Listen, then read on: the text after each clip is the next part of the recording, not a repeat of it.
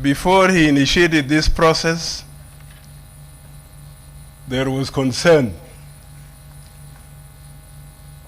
from South Sudanese, from the region, from the international community, because time is running out. And there was no way forward. So questions were being raised.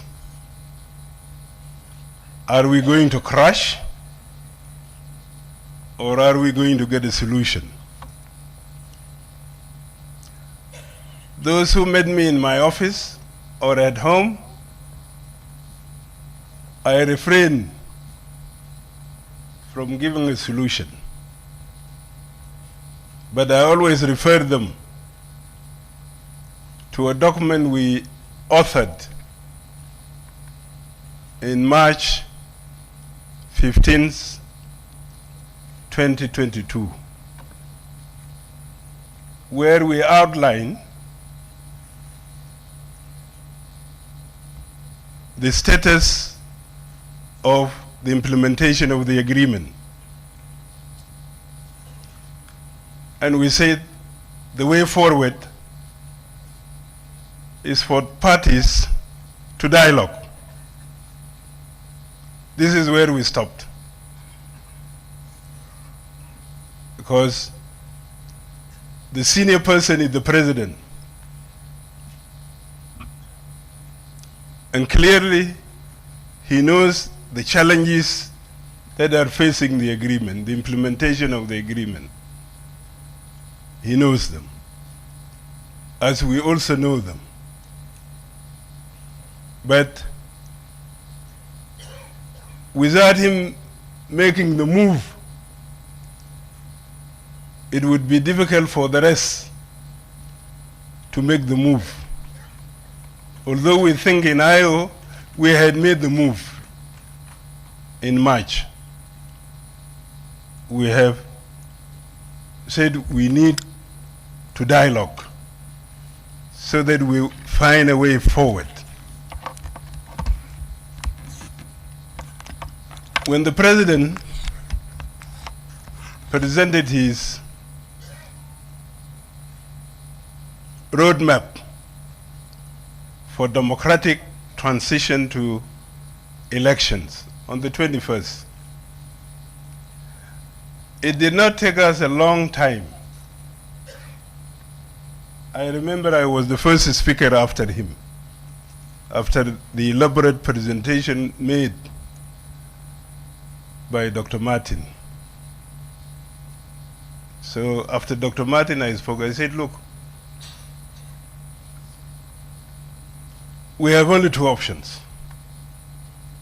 Crash by 22nd February, or we extend. And if we extend,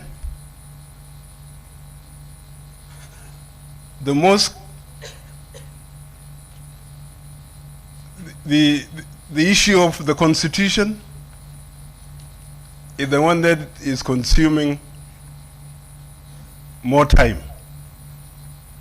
And as experts say, it takes 24 months to complete a credible constitution. And the experts are Max Planck Institute.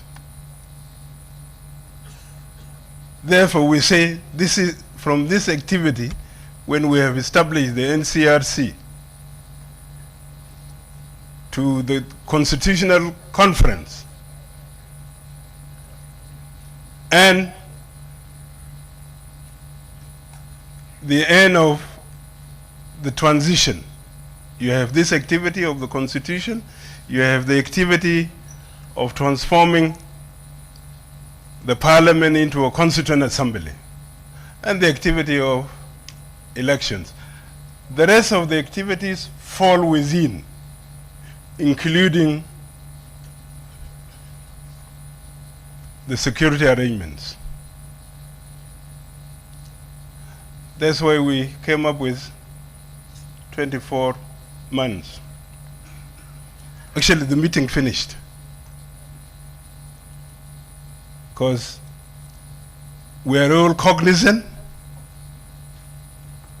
that in the next 4 months, you cannot implement what is in this agreement. I thought they were going to talk about the percentages. 27.3% of the provisions are implemented. 31.3% of the agreement are work in progress. 41.4% is pending, not touched. So it means you have 72.7% of the agreement not implemented. You have no choice. You have to extend.